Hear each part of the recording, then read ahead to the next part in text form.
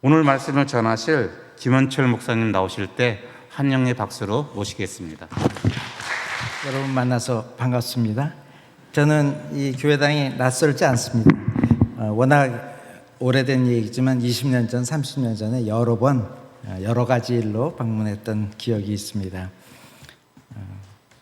잠깐 광고 강조할까요? 수, 목, 금 그리고 주일 빠지지 말고 저 집회에 다 참석하시기 바랍니다. 김인환 목사님이 여러분 가슴에 새겨질 하나님의 말씀을 전할 것입니다.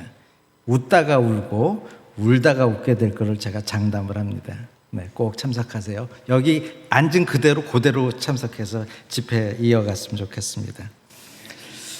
지금 화면에 있는 이 사진은 우리 교회 청년 전도사님이 어느 형제를 복음을 전해서 예수 믿었습니다. 회심하고 그래서 그 소식이 카톡으로 쫙 퍼져서 인근에 있던 청년들이 막 교회당으로 뛰쳐와서 이제 축하하던 그런 장면입니다. 새로운 용어가 생겼어요. 특히 미국에서 시작해서 21세기는 탈기독교 시대라고. 그러니까 교인들이 기존 교회에서 계속 빠져나갑니다. 뭐 유럽은 옛날에 빠져나가서 이제 몇 명 안 남았다고들 하고요. 그건 몰라서 하는 얘기인데 실제 교회 같은 교회는 유럽에 많습니다. 다시 돌아오면. 그래서 예전에는 없던 새로운 영어 단어가 생겼어요. 교회, church에다가 앞에다 de-를 붙여서 해체하다, 탈출하다 이런 뜻으로 de-churching이라는 용어를 만들었습니다. 실제로 교회 가자고 권면을 해도 우리 같이 성경 공부하자 권면해도 20세기와는 다릅니다. 호응도가 거의 없습니다. 통계를 보면은 지난 25년간 미국 교회가 4천만 명의 교인이 빠져나갔습니다. 한국도 좀 그런 분위기 아닌가요? 혹시 걱정되세요? 이러다가 우리 여기 연세 많으신 분들 떠난 다음에는 이거 서울 제1침례교회 계속 유지될까 이렇게 걱정하세요? 그럴 리가 있겠습니까? 하나님이 능력이 있는 분인데 거의 2100년 동안 복음을 전하시면서 교회를 유지하셨던 분인데 갑자기 천만의 말씀입니다. 도리어 이 현상은 진짜 교회 입장에서는 감사해야 될 일입니다. 무슨 얘기냐면 기독교를 종교 중에 하나라고 생각하고 선택한 사람들은 사실은 교회에서 빠져나갈수록 그들도 예수 믿는 데 도움이 되고 교회도 복음을 전하는 데 도움이 됩니다. 기독교는 종교가 아니기 때문입니다. 기독교는 종교가 아닙니다. 이 말이 무슨 뜻인지 알아듣는 분은 예수 믿어 구원받았을 가능성이 높고 뭔 얘기야? 이렇게 되신 분은 저랑 따로 만나서 저한테 복음을 들을 필요가 있는 분일 가능성이 높습니다.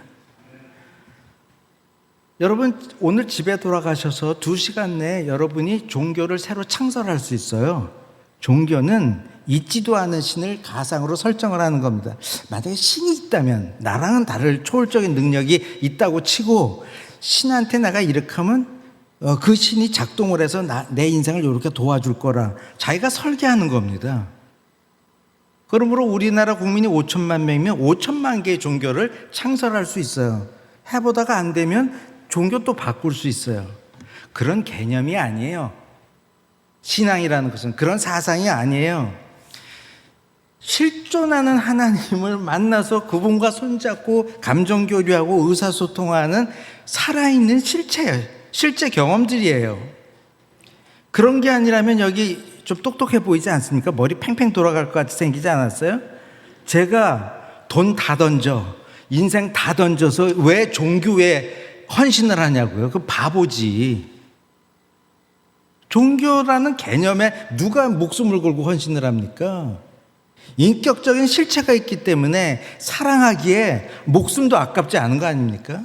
그러니까 신앙생활이라는 거는 부부관계랑 똑같아요. 하나님과 부부처럼 지내는 것을 신앙이라고 합니다. 그러므로 그나마 종교 중에서 이게 제일 나아서 그냥 10년, 20년 다니고 있었어 이런 분들은 사실은 교회에서 빠져나가는 게 교회에 도움이 됩니다. 그래서 교회가 예수님을 주님으로 믿는 신앙인들만의 공동체라는 게 드러나는 게 교회로서는 감사한 거예요. 여러분, 우리나라 국민 숫자가 5천만 명인데 기독교인이 무슨 800만 명, 1000만 명이라고요? 그건 불가능한 일이에요. 인류 역사 2000년 동안 전 지구 인구의 5% 수준이 간신히 최대치였어요. 진짜 예수 믿는 사람이. 우리도 예수 믿어봐서 알지만 기적 아닙니까? 어떻게 인생을 반전시켰을까? 이건 있을 수 없는 일이에요. 그래서 너무 그 은혜에 감사라는 거죠. 이게 내가 믿은 게 아니라 정말 믿게 해주셨길래 믿었지라는 고백이 튀어나오지 않습니까?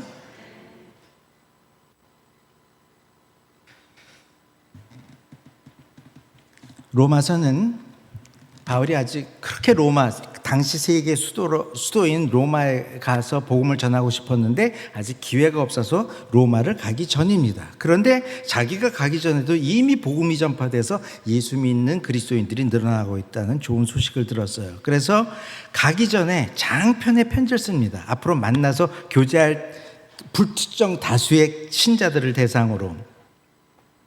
그 서문에 이렇게 되어 있습니다. 나는 내가 전하는 이 구원의 복음을 절대로 부끄러워하지 않습니다. 왜냐하면 이 복음은 인종에 관계없이 유대인이건 그리스인이건 듣는 사람이 반응해서 하나님의 구원의 능력이 나타나는 신비이기 때문입니다. 그렇게 썼어요. 이런 하나님의 의가, 정의가 복음 속에 나타나는데 죄인이었던 사람이 구원받는 일은 단 하나 조건으로 일어나는 신비다. 즉 믿음에 근거해서 부활하신 예수님을 주님으로 믿는 그 믿음에 근거해서 어떤 품질이나 이런 자격 조건으로 구원받는 게 아니라. 그리고 나서 이게 17절에 끝나잖아요. 1장 아주 길게 구원의 복음을 1장 18절부터 10장 10절까지 쭉 쓴 겁니다. 성경을 다 불태웠어도 구약에서는 이사야서, 신약에서는 로마서는 불타지 말게 제가 손에 쥐고 보존할 거예요. 예. 교회가 뭡니까? 저 아현동 언덕길에 있는 이 교회당, 이건 교회가 아니잖아요. 그래서 정확히 국문법에 맞게 오늘 아침에 가족들한테 권면을 했다면 이렇게 해야 됩니다. 야, 시간 돼 간다. 빨리 우리 교회당 가자. 이렇게 얘기해야 됩니다. 교회는 예수님을 주님으로 믿는 신자들의 공동체, 가족이에요. 여러분이에요. 나 오늘 교회 만났다. 이렇게 얘기하는 거예요. 교회 만나고 왔다. 다른 말로 하면 예수 믿는 형제, 자매들 만나고 왔다. 예. 바로 서울 제일침례교회가 하나님의 뜻에 의해서 복음을 듣고 예수님을 주님으로 믿는 그 신자들의 공동체라면 앞으로도 그렇게 유지되기를 하나님은 바라시겠죠. 그러기 위해서 결정적으로 필요한 게 뭐냐? 여러분 좀 손에 들어올 때 인쇄물 하나씩 받았잖아요. 이 얘기부터 해야겠습니다. 이게 특히 젊은 사람들 한자 세대가 아니기 때문에. 그런데 주보 그러면은 예배 순서가 적혀 있는 인쇄물이라고 착각을 하고 있어요. 아니에요.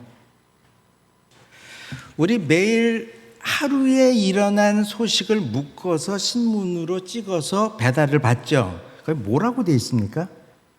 하루치의 소식을 전하는 보도지를 뭐라고 불러요? 일보, 영어로 데일리 뉴스레터. 예? 일주일치의 소식을 묶어서 전하는 소식지를 뭐라고 부릅니까? 주보, 위클리 뉴스레터. 그래서 주보에는 여러 가지 일주일 동안에 우리 교회 생활하는데 필요한 정보들이 실리는 겁니다. 그 가운데 하나가 주일에 드리는 주일 예배 순서도 있는 거예요. 순서도. 예. 뭐 나아가서 한 달치를 묶어서 소식지로 내면 월보, 1년치 소식지를 한꺼번에 묶어서 내면 연보. 이제 이해하셨어요? 주보에 대한 올바른 인식이 있어야 됩니다. 자, 그렇다면 우리 많은 뉴스들을 보면 헤드라인 뉴스라고 뜨죠. 한국일보 헤드라인 뉴스, 그다음에 SBS 주간 뉴스 헤드라인 이게 먼저 뜨잖아요. 헤드라인 뉴스가 뭐예요? 많은 뉴스 중에서 가장 중요하고 가장 신경 써야 될 뉴스를 무게를 따라줘서 1, 2, 3, 4 쭉 나열을 합니다. 그렇다면 교회 주보의 헤드라인 뉴스는 뭐가 돼야 될까요? 교회 뒤에 이제 광고란이, 소식란이 있잖아요. 여기에 1번 또는 2번에 항상 있어야 되는 거는, 다른 말로 하면 내가 예수 믿는 크리스찬이라면 어떤 소식을 들었을 때 가장 눈물을 흘리면서 감동을 받고 기뻐할까요? 내가 예수 믿어 구원받았듯이 이번 주 중에 누가 복음 전해서 누가 회심해서 예수님을 주님으로 모셨대 라는 소식이 전파되면 막 흥분되지 않겠습니까? 예수님의 입장에서 보면요, 여러분이 전하는 소식 중에서 무슨 소식이 가장 기쁘겠어요? 교회당 리모델링 해가지고 멋있어졌어요. 이제 화장실에서 냄새도 안 나게 됐어요. 예, 그것도 기뻐하시는데 그건 굉장히 비본질적인 얘기고, 뭘 가장 기뻐하겠습니까? 누군가 나를 부활하신 실체로 신으로 인정해서 주님으로 고백해서 내 품으로 돌아왔다. 너무 기쁘지 않겠습니까? 제가 모교인 침례신학대학교나 또는 침례신학대학원에서 시간 강사나 겸임 교수로 꽤 오래 다년간 여러 과목을 강의한 적이 있습니다. 목회하면서도 사이사이. 근데 제가 강의하는 강의 주제, 강의 과목과 관계없이 제가 궁금해서 늘 숙제를 줬던 게 한 가지 있어요. 그게 뭐냐면, 여러분이 출석하는 교회 주보 중에서 여기 헤드라인 뉴스에 복음 누구한테 듣고 예수 믿었어요라는 주보 있으면 가져와라. 또는 우리 교회 주보에는 아무리 찾아도 그런 게 없는데 내가 아는 인근 교회에 그런 주보가 있습니다. 그런 거 가져오라 그랬어요. 제가 20년 동안 사실은 뭐 몇천 명에 가까운 학생들을 상대했겠는데 단 한 건도 없었습니다. 놀랍지 않습니까? 네? 그래서 우린 생각하게 되는 거예요. 예수 믿는 게 기쁘지 않은가? 그저 그런 일인가? 아니면 더 심각하게, 그동안 100명을 전도했는데 어떻게 반응이 0이야. 한 명도 회개하고 예수님을 믿지 않은 사람이 없었어. 뭐 그런 일도 있겠죠. 뭐 100명은 전도했으니까 그건 잘한 겁니다. 아니면 더 하나 더 나가서 심각한 거는 복음을 모르나? 그래서 복음을 안 전하나? 여러분 생각해 보세요. 이럴 수가 있나? 얼마나 안 기뻤으면 교회에 알리지 않을까? 누구 예수 믿었대. 그러지 않고서야 수십만 장이 매주 인쇄돼서 나오는 주보에 교회 홈페이지 소식 보세요. 유명하다는 교회들 다 뒤져보세요.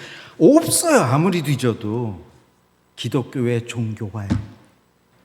복음은 빠져나가고 그냥 교회 다니는 사람, 문화활동으로 기독교가 변질된 모습이 나타났다고 저는 감히 진단을 합니다. 자, 보세요. 제가 목회했던 교회요. 큰 행사가 있어서 그게 1번을 차지하고 2번 소식에 가 있네요. 헤드라인 뉴스는 두 번째.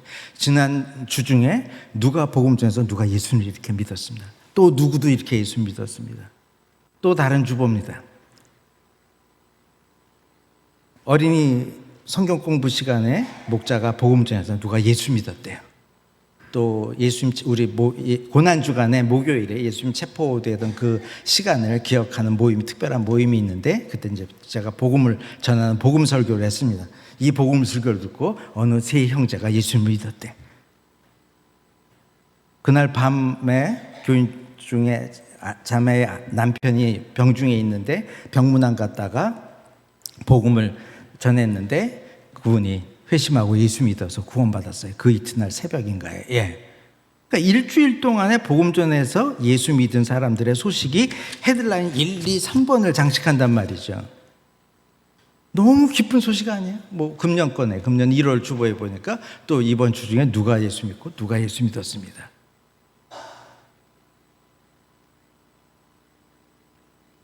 이게 정상이에요, 비정상이에요? 근데 안타깝게 제가 물론 우리 한국 교회를 다 조사한 사람이 아니에요. 6만 개 조사를. 근데 제 가까이에 있는 사람들을 통해서 확인한 결과 아직 이런 주보, 소식지를 못 본 거예요. 아니면 가슴이 저도 터질 것 같은 거죠. 형식이 중요한 게 아니라 왜 예수 믿어 구원받았다는 소식이 전파되지 않을까? 두 가지라니까요. 그 일이 그렇게 큰 일이 아니야. 또 하나는 아무도 복음을 전하지 않아. 그래서 실제로 새로 예수 믿은 사람이 발생하지 않고 있어. 이 두 가지 외에는 해석할 방법이 없단 말이죠. 제 두뇌로는. 이게 여러분에게는 다른 교회 이야기이기 때문에 좀 이렇게 감정적으로 전달이 안 되겠지만 지난 4월까지 제가 목회했던 교회에서 어떤 일이 일어나는지 좀 소개하려고 합니다. 지교회도 두 개가 있고 뭐 선교지 중국, 우즈베키스탄, 아제르바이잔에서 복음전에서 예수 믿은 사람들의 소식이 이제 다 섞여 있는 이게 기도 제목집니다. 기도 목록인데 잠깐 보겠습니다. 더 키우셔도 됩니다.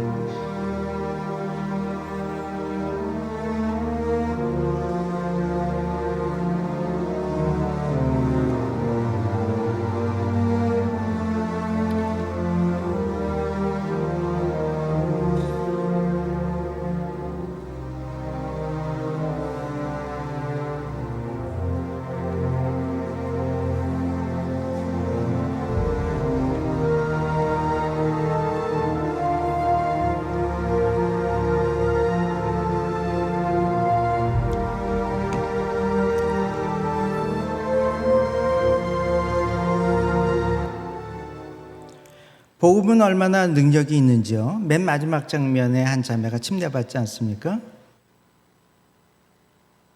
이슬람권에서 히잡을 쓰고 똘똘 뭉치고 가리고 다녔던 자매예요. 복음을 전했어요. 히잡을 던졌어요. 그렇게 하지 말라 그랬어요. 분명히 어려운 일이 있을 테니까 절대 그러지 말라 그랬는데도 본인이 그러고 싶다 그래서 그렇게 했어요. 당연히 가족으로부터 엄청난 지금 압박에 시달리고 있죠. 도대체 복음이 뭐길래? 그것도 이슬람권에서 약자인 여성이, 젊은 애가 부모님들이 그렇게 막 뜯어 말리는데도 불구하고 저렇게 변화의 모습을 보일까? 복음은 능력이 있기 때문이라니까요. 죽어도 괜찮아요. 세상을 다 얻었기 때문에. 너무 자유하기 때문에. 제가 영상을 보여주면서 이게 원래는 없는 자막인데 추가를 한 거예요. 새신자라는 한글을 또 오해할까 봐. 새신자가 뭐예요? 국어 사전에서 보면 새로, 다른 말로 처음으로 신, 예수님을 믿은 사람. 이런 거 아니에요. 오늘 처음 서울 침례 교회당 방문해서 한 1시간 보니까 뭐 분위기 좋네. 나 계속 다닐게요. 그리고 카드 해가지고 교회 등록지에다가 쓰는 거. 이거는 펜하고 종이하고 손이 있으면 되는 일이에요. 복음 없이도. 그런 거 아니에요. 여러분과 함께 한번 문화생활 해보고 싶어요. 이런 거 아니에요. 뭐라 됐습니까? 구원의 복음을 듣고 그 복음대로 반응해서 제가 죄인이군요. 정말 죽을 죄를 지었습니다. 죄송해요 라고 회개하고 내 인생의 소유권 내 거 아니니까 부활하신 예수님을 내 인생의 주님으로 모십니다. 이제부터는 당신이 알아서 저 이끌어 가세요. 인생을 내어놓는 거예요. 밑줄 쳐서 제가 이렇게 설명해야 되지 않습니까? 바로 지난 나흘 전이네요. 나흘 전인데 교회 청년 형제가 청년 자매한테 사무실에서 이런저런 얘기하다가 복음을 전하게 됐나 봐요. 어려서부터 교회당 다니는 친구입니다. 근데 이제서 회심하고 예수님을 주님으로 영접했죠. 그랬더니 인근에 있던 청년들이 바로 달려왔습니다. 교회당에. 이게 우리 교회는 홈페이지가 없고 비공개 카페가 있는데 이걸 통해서 전 교인이 30분 만에 이 소식을 다 알게 됐죠. 그러니까 축하한다고 댓글이 수십 개 어르신들이 막 달기 시작하는 겁니다. 왜? 가장 기쁜 소식이고 뭐 이거는 며칠 기다렸다 주보에다 인쇄할 일이 아니잖아요. 지금 당장 전해야 될 헤드라인 뉴스니까. 자, 그렇다면 앞에 나왔던 이 사람들은 도대체 무슨 소식을 듣고 저렇게 회심을 하게 됐을까? 그 기쁜 소식이 뭘까? 제가 복음을 뭐 20-30분 전해야 될 텐데 그걸 압축해서 4문단으로 요약을 했습니다. 오늘 이 복음을 설명하려고자 하는 건 아닙니다. 그런 자리는 아닌데 요약만 할게요. 복음의 시작은 이렇습니다. 김현철이라는 존재를 목적과 의도를 가지고 만드신 그분이 계시다. 그렇다면 나라는 존재의 소유권, 등기부등본에 보면 소유주 김현철의 등기부등본을 보면 누구로 돼 있냐? 나를 만드신 하나님. 이게 출발점입니다. 나의 존재의 시작에 대한 답변이에요. 창조주에. 그런데 감히 그 소유권을 내가 뺏어온 거야. 하나님이 있긴 어디 있어. 그리고 밀쳐내고 내가 주인이 아닌 주제의 주인 행세를 하는 겁니다. 이게 죄예요. 뭐 과음해서 누구 때렸다, 뭐 부부싸움 했다, 뭐 횡령했다, 이런 도덕적인 품질에는 하나님이 관심이 없다니까요. 일단 왜냐하면 너무 엉망진창으로 살 걸 너무 잘 아세요. 여러분이 이상한 짓 하는 거 안 놀래. 하도 많이 보셔서. 그거 아니에요. 너한테 나는 누구니? 너와 내가 관계가 있니 없니 여기에만 관심이 있어. 일단 도덕은 그 다음 이야기예요. 네. 저 사람이 내 아버지도 아닌데 효도할 리가 있겠습니까? 그래서 효도에는 관심이 없겠다니까. 만약에 아버지를 인정한다면 효도는 뒤따라오는 열매겠지. 이게 하나님의 생각입니다. 그런데 처벌하고 버리셔도 되는데도 불구하고 하나님의 본성, 사랑이라는 본질 때문에 나는 뿌리치고 떠났지만 이 떠나간 자식을 버리질 못하고 계신 거예요. 문제 해결을 해야 되는 거예요. 관계 회복을 원하세요. 창조 목적대로 사랑의 관계로 지내고 싶어 하세요. 근데 문제가 있네. 하나님은 공의롭기 때문에 용서와 화해 다 좋지만 용서와 화해 전에 죄는 죄값대로 처리를 해야 돼요. 합법적으로. 그런데 너도 나도 죄인이 이 가운데서 속죄양을 찾을 수가 있나. 그래서 죄 없으신 성부, 성자, 성령 세 분 하나님께서 성자 하나님이 인간과 자기를 동일시하셔서 이 땅에 오셔서 김현철이 달려야 될 십자가에 대신 달리셔서 피 흘리셨어요. 바로 그 피값에 의지해서 공의롭게 내가 용서받을 수 있는 근거가 마련된 거예요. 나는 아무 준비도 안 하고 관계 회복을 위한 어떤 노력도 하지 않았지만 그분 쪽에서 나를 사랑하게 짝사랑하시고 희생을 치러가면서까지 나에게 손길을 내미셨어요. 자, 이제 이게 짝사랑인데 합사랑이 되려면 어떻게 해요? 내 쪽에 반응이 있어서 그 손을 잡아야 우리가 뭐 부부가 되든 뭐가 될 거 아니에요. 그럼 그분이 원하시는 손잡음이 뭘까? 원래대로 주권을 나한테 돌려다오. 너 등기부등본 지금 가짜 쓰고 있잖아. 그거 네 이름 지우고 내 이름 거기다 넣어. 소유권 반환 소송. 네, 다 내어드릴게요. 부활하심으로 신성을 증명하신 당신은 내 인생의 주님입니다. 그 믿음으로 살려준다니까요. 우리를 용서해 주신다니까요. 내가 깨뜨렸던 관계를 그분이 꿰매시고 회복시켜서 다시 손잡고 교제한다니까요. 이걸 구원이라고 하는 겁니다. 이 짧은 복음 속에 능력이 있어요. 사람들을 바꿔냅니다. 이 복음 별거 아닌 것 같은데 이 복음을 진술하는 순간 한 번도 예수님의 예자도 생각해 보지 않은 사람이 부활하신 예수님의 실체를 느끼고 눈물을 흘리며 굴복을 한다니까요. 그렇지 않은 사람도 있지만, 예. 제가 이렇게 전하고 있는 복음을 안타깝게도 저는 어머니 뱃속부터 교회당에 실려 다녔는데 유명한 장로교회, 유명한 감리교회를 다녔지만 죄송합니다만 단 한 번도 못 듣고 성장했어요. 그러면서 학생회장했고 예수님 새끼라는 별명까지 얻었어요. 얼마나 착하고 교회 봉사를 열심히 했든지 교회 권사님, 장로님들이 지어준 별명이 예수님 새끼였어요. 그러니 김현철이 구원받으면 나머지는 다 지옥이야. 그러니 누가 저한테 복음을 전하겠습니까? 예수님 새끼한테. 그러니까 완전히 방치된 정말 불쌍한 존재였어요. 그래서 극적으로 25살 때 예수님이 저를 구출해냅니다. 25살 때에 가서야 그러고 제가 진짜 회심하고 예수님을 내 예수님으로, 내 주님으로 모시게 돼서 오늘의 여기까지 이르게 된 거죠. 담임 목사님 공백에 있어서 여러분이 담임 목사 청빙 과정 중에 있는 거로 제가 얘기를 들었습니다. 먼저 말씀드리는 거는 담임 목사 없이 지내는 게 마치 아버지 없는 가정 같아가지고 여러분 힘드시죠. 그러나 힘들다고 우발적으로 결정하시면 안 됩니다. 하나님이 서울제일침례교회를 사랑하셔서 연결해주고 싶은 그분이 꼭 있으리라고 저는 생각을 합니다. 그분이 발견될 때까지, 즉 여러분의 마음이 합심될 때까지 충분히 기다리셔도 됩니다. 왜? 여러분은 지금 담임 목사 없이도 복음 전하고 기도하고 하나님과 관계했고 신앙생활에 이상 없지 않습니까? 솔직히.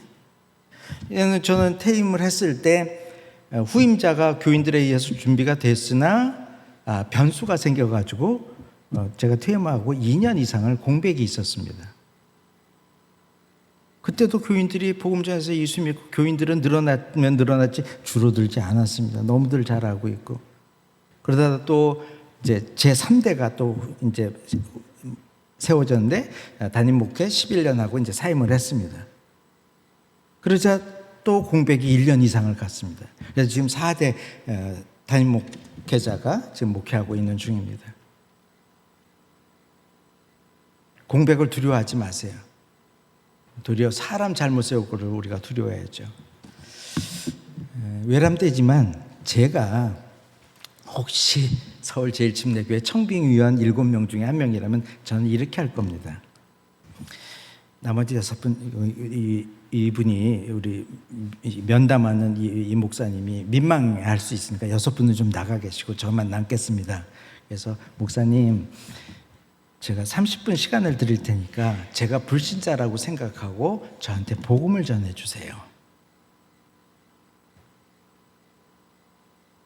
이렇게 하면 그분이 어떻게 생각했습니까? 야, 이 교회는 살아있는 교회네. 내가 무슨 수를 써서라도 이 교회에 꼭 담임 목사가 되고 싶다. 왜? 이 기독교의 본질을 알잖아, 이 청빙위원이. 그쪽에서도 그런 반응이 나올 것이라고 생각해요. 이렇게 나오면 이상한 거예요. 이게 날 뭘로 보고, 이러면 이상한 거예요, 그분은. 공명이 안 된다는 뜻이잖아. 주파수가 다르다는 얘기잖아. 근데 30분 동안 정말 복음을 전했는데 감동이 돼. 여기 있는 이 4가지 요소를 정말 제대로 너무 잘 전해주셔. 됐어. 근데 30분 동안 뭘 얘기를 듣는데 뭐 다 성경 구절은 인용하는데 뭔 얘기인지 모르겠어. 이러면은 이건 곤란하잖아요. 왜? 담임 목사님이 여러분을 따뜻하게 대해주시고 여러분이 어려울 때 위로도 해주시고 이럴 분이지만, 목회도 잘하겠지만 복음을 전해서 자식을 낳아야 되잖아요. 고린도전서 4장 15절에 그랬잖아요. 고린도 교회에 뭐라고 용어를 썼습니까? 너희들은 내가 복음으로 낳은 자식이라고. 내가 1대1로 복음 전해서 네가 회심해서 크리스찬 되지 않았는가? 내 말 좀 들으라고. 내가 아비의 심정으로 이 편지를 쓴다고. 목사의 심정이 아니라 내가 아버지다 너희들의. 복음으로 새끼를 쳐야 될 거 아니에요. 그럼 목사님만 그래요? 목사님은 복음을 전도하는 시범을 보이는 모델이에요. 이 모델을 보고 교인 중에 복음 전도의 은사를 받은 분이 또 수십 명이 개인 전도하고 있는 겁니다. 또 하나, 복음은 불신자용만이 아니잖아요. 이미 예수님을 믿은 사람들도 이 구원의 복음은 오늘 이렇게 간단하지만 듣듯이 반복해서 들어서 싫을 거 있습니까? 설교 중에 가장 눈물을 흘리고 감동적인 것은 1000번 이상 들었지만 복음 설교예요. 안 그렇습니까, 여러분? 이거 또 들었는데 또 해. 이럴 교인은, 진짜 예수 믿는 사람은 그런 얘기할 사람이 단 한 명도 없습니다. 그러므로 1년에 서너 번은 이 주일 예배 시간에 복음을 설교하는 그런 목사님이어야 되고 개인 전도도 하실 분이어야 되고 그 모습을 보고 교인들은 따라가야 되지 않겠습니까? 그래서 서울제일침례교회가 가면 갈수록 기독교적인 종교인은 좀 자리를 비켜주시고 진짜 알짜배기 예수님을 주님으로 믿는 신앙인들만의 공동체가 돼서 이 주변 마을에서 저분들 다르게 사네, 이상하다. 신문에는 자꾸 목사의 비리, 교인들의 비리하면서 기독교를 개독교라고 욕을 하는데 난 말리고 싶어. 아니야, 내가 본 기독교는 그런 거 아니야. 너희들 그렇게 험담하지 마 라고 서울제일침례교회를 보고 반응을 보이는 현상이 일어나야 된다는 겁니다. 그렇죠? 예. 그래서 예수님을 주님으로 모시는 그 믿음으로 구원받는다는 본질이 있는, 생명력이 있는 그 복음을 전하는 목사들과 교인들이 되기를 간절히 저는 축원합니다.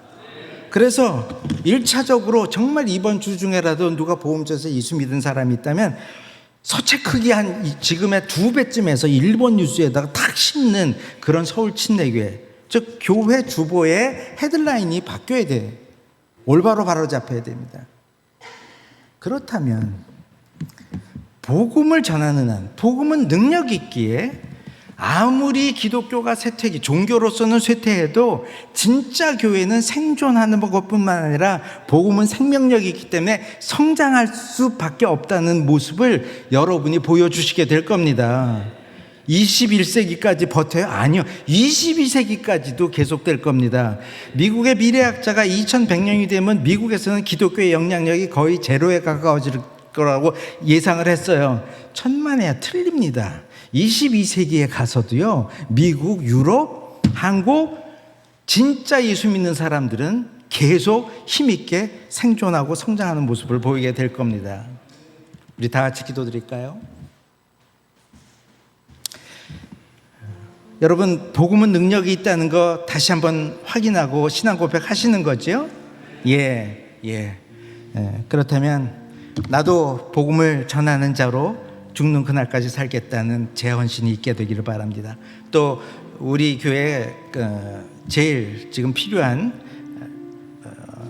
상황인 담임 목사님을 모실 때도 복음 잘 전하시는 분 오셔서 우리를 복음으로 흥분케 해달라는 그 기도 꼭 해주시기 바랍니다.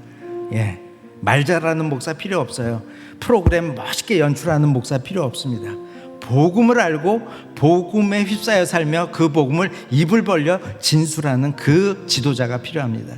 여러분 기도해 주시기 바랍니다. 다 같이 기도하겠습니다. 제가 여러분 위해서 축원하겠습니다. 우리의 재물을 하나님께서 주신 것으로 알아 우리가 다시 모았습니다. 이 돈이 행사에 낭비되지 않고 복음 전하는 데 알차게 쓰이도록 성령님께서 인도 안내해 주세요. 또 서울제일침례교회의 제일 급박한 필요가 교회의 아비, 영적 아비, 지도자, 복음 전도자를 세우는 것입니다. 그러니 복음 전도의 은사 받은 분, 그리고 지금껏 복음 전하오며 산 그분을 우리가 목사로 모실 수 있게 은총을 베풀어 주세요. 오늘 하나님께서 주신 말씀에 따라 복음은 능력이 있다고 확신하고 신앙 고백한 서울제일침례교회 교인들에게 성부 하나님의 사랑과 성자 하나님의 은혜와 성령 하나님의 위로가 항상 함께 있기를 축원합니다. 아멘.